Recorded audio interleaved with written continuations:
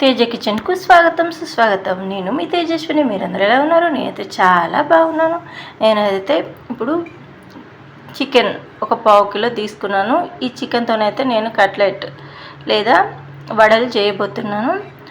Very టేస్టీగా ఉంటాయి. చాలా సింపుల్గా చేసుకోవచ్చు. మొదటి నుండి చివరి వరకు తప్పకుండా చూడండి. చికెన్ ఒక 1/2 కిలో తీసుకున్నాను. బోన్లెస్ చికెన్ అంటే బొక్కలు లేనిది మెత్తటి చికెన్ తీసుకున్నాను. ఇందులో మనం దీన్ని ఇప్పుడు మిక్సీ పట్టుకుందాము.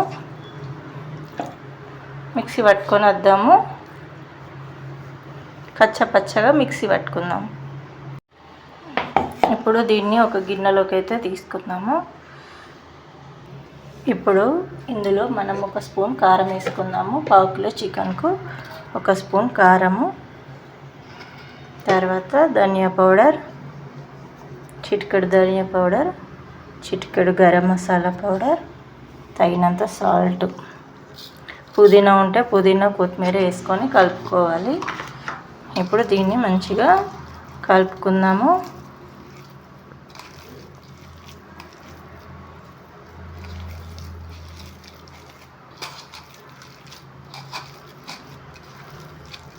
పసుపు కూడా వేసుకుంటే వేసుకోవచ్చు.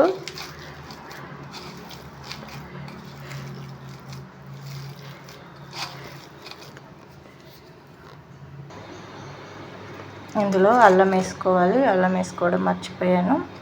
అల్లం వేసుకొని మంచిగా కలుపుకుందాము. డీప్ ఫ్రైకి సరిపడా ఆయిల్ పెట్టుకున్నాను. ఆయిల్ వేడయ్యాక ఇప్పుడు దీన్ని మంచిగా చిన్న కట్లెట్ లాగా చేసుకుందాము. ఈ విధంగా మంచిగా వడల్లాగా చేసుకొని అందులో వేసుకోవడమే. చూసారా? అంతేనండి, మన వడలు రెడీ అయిపోయాయి. వెరీ టేస్టీగా ఉంటాయి, చాలా బాగుంటాయి. మీడియంలో పెట్టుకొని కాల్చుకోవాలి.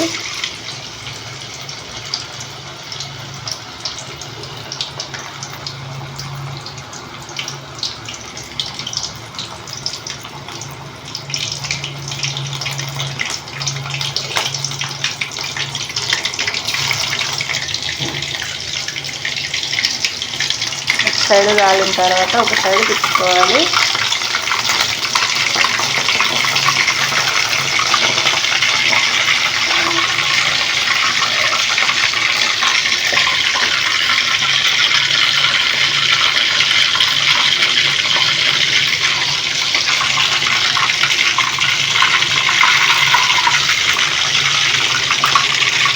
వెరీ సింపుల్ కదండి కట్లెట్ చేసుకోవడం.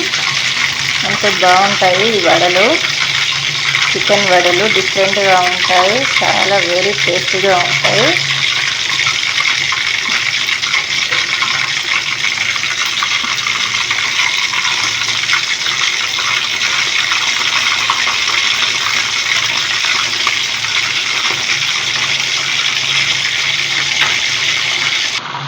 వేగడానికి కొంచెం టైం పడుతుంది.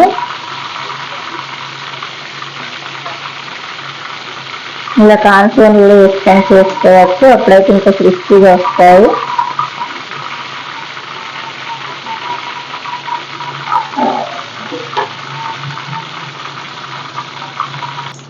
అంతేనండి, మంచి బ్రౌన్ కలర్లోకి వచ్చాయి కదా. వీటిని తీసేసుకున్నాము ఒక గిన్నెలోకి.